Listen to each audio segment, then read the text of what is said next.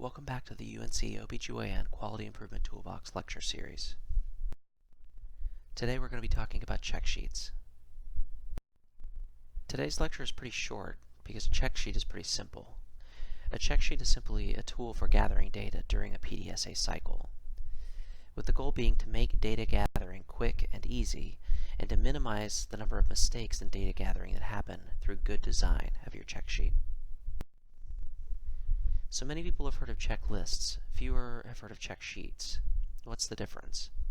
Well, a check sheet is a tally sheet for data collection, whereas a checklist is a list of reminders to help keep you from forgetting steps when you're going through a process. There's lots of good resources out there for checklists, what they're good for, how to design good ones. Atul Gawande's The Checklist Manifesto is one of the best known in popular culture, and it's worth a read if you haven't. But there aren't so many resources for building a good check sheet for data collection, so that's what we're going to focus on today. There are many different tools for data collection during a QI project, so when would you use a check sheet? Well, like I said, it's just a tally sheet for collecting data on numbers or rates of occurrence or things. So most frequently you'd use a check sheet during observation of a part of your process that you're trying to improve. For instance, you'll recognize when you see the examples of a check sheet in this slideshow. You'll recognize them from last lecture when we were talking about when in the ventilator-associated pneumonia project they were tallying the number of kits, oral care kits that were used per patient per day. Other kinds of data collection tools that are used are things like surveys or focus groups like we performed for the nurses and the RTs in that project. Also things like EMR review to find things like outcomes or duration of a condition, and billing reports to look at the costs for different phases of care or the implied cost for different problems that might arise. So if you think back to the template I provided from last lecture for planning a PDSA cycle, and we look at the one for the ventilator-associated pneumonia project, for each of the questions that you want to answer, there was a fulfillment method or a planned way of getting that data.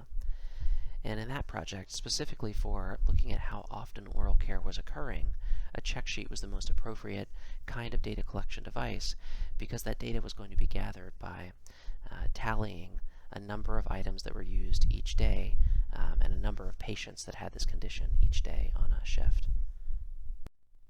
This is the check sheet that was used in that part of the ventilator-associated pneumonia project, and as you can see, it's very simple.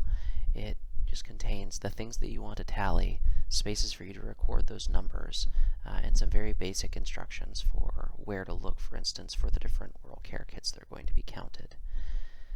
The thing to take away from this is that check sheets are not complicated and they don't have to be long and confusing.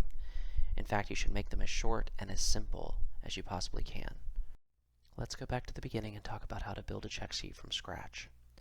The first step is to list your variables. And when you list your variables, then you want to define each variable as specifically as possible so that there's no confusion about how to count or what to count. Then you need to identify what type of variable each one is, either discrete or categorical versus continuous. And for discrete variables specifically, when planning, it's good to determine codes to use so that when you're entering your data into a spreadsheet, it's faster and quicker.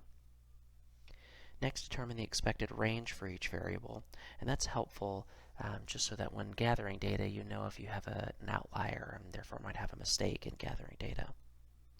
And finally, specifically to identify the location of data so that if you know where something can be found, for instance, but someone else might not, it makes it easier for data collection to be performed by multiple different people. Some of these things may look familiar from when you were building your process map, and they should. And they should if you built a gather in detail table for any of your steps when making your process map. If you pull that back out, there was a table when looking at a gather step where you were supposed to look at each piece of data that you needed to gather, plan an expected range, and then specify a location where that data could be found. So if you have done a gather in detail table for the step that you're going to be observing in this part of your project, you've already done a lot of the legwork for building your check sheet. Okay, we're going to go through a couple of quick examples.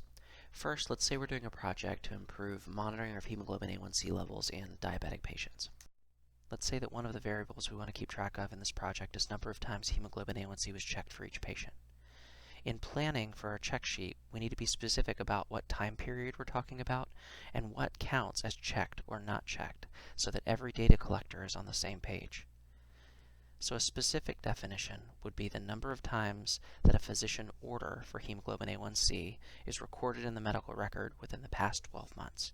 Now everyone collecting data for the project knows exactly what counts and what doesn't for a number of times hemoglobin A1C is checked.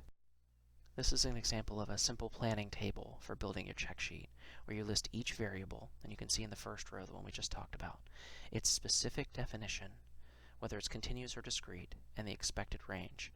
As you can see, I listed a second example here, the most recent hemoglobin A1C, and that was defined specifically as the most recent hemoglobin A1C recorded in the medical record within the past 12 months, also being a continuous variable, and then an expected range for this one as well. I mentioned earlier about planning for codes for discrete variables, and this is what I mean. So for instance, for race, there's a limited number of responses to that question, and rather than typing out the word every time when you're entering data into your spreadsheet or your database, having a numerical code for those responses just makes it quicker and easier. Nothing complicated about it. Here's our sample check sheet for this project. All of the variables that we've delineated are here. What I didn't mention before about the discrete variables and the codes is that you don't need to list those codes on your check sheet. That can just clutter things up. But having the planning template, planning table that we just made available for everyone who's going to be entering data for the project, along with the codes that you came up with for discrete variables, will ensure that everyone is on the same page and you don't have any errors in data entry from that perspective. So this looks pretty simple, but we're going to talk next about some elements of design that make your check sheets easier to use.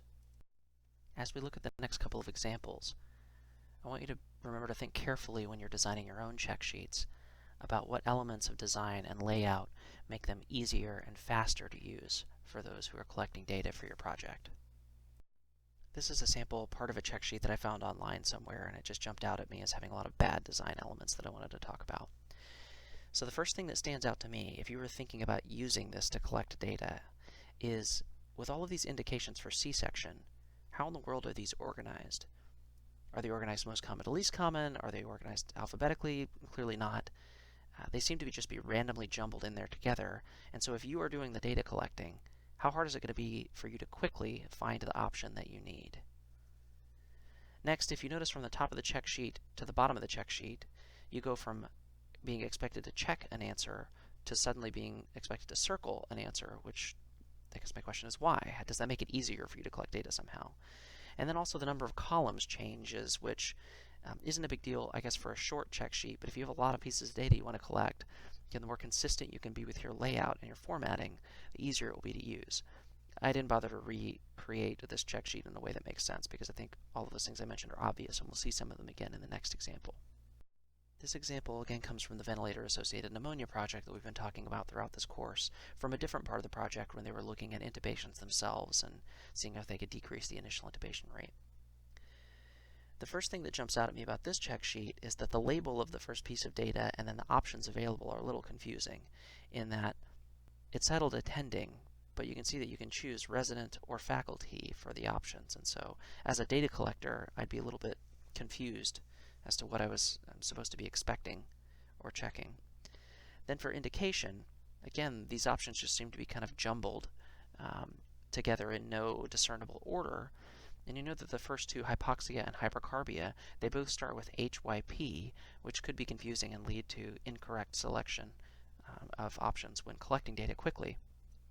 And then finally, you see what we saw in the last example, which was that you go from being expected to check an option to suddenly being expected to circle an option, and it's not really clear why. In light of those problems, I reformatted the check sheet to what you see here. So I clarified the first category label indicating that you can pick a resident or a faculty member, whoever's performing the intubation. I put a little more space between those lines to make it easier to read quickly. I organized the possible indications alphabetically so that it's easy for anyone to find what they need.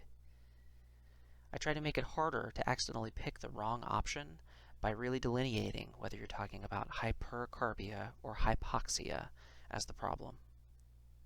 And then I changed the last part so that you're checking for all of your options rather than going from checking to circling. I also made it one column instead of the 3 columns that didn't really align with the previous ones. So some general guidelines for design. Just be consistent and deliberate with the spacing on your check sheet, the number of columns you use, your method of data entry between different sections, in other words, checking versus circling. Organize your options for each one in a way that would seem logical or easy to figure out even by someone not familiar with your project. Often alphabetical is the easiest way for those who don't know anything about what you're collecting data about. And then try using your check sheet a few times, even in just theoretical situations, before finalizing it to see what problems you run into. Now in review, a check sheet is a simple tool for gathering data during one of your PDSA cycles. To create one, you list and define your variables, identify the type and expected range for each one, and then determine very specifically where you will get your data. And there's a link to a planning template after this lecture. Also remember, for discrete variables, if you plan ahead, you should think of a code for those discrete variables to make data entry easier.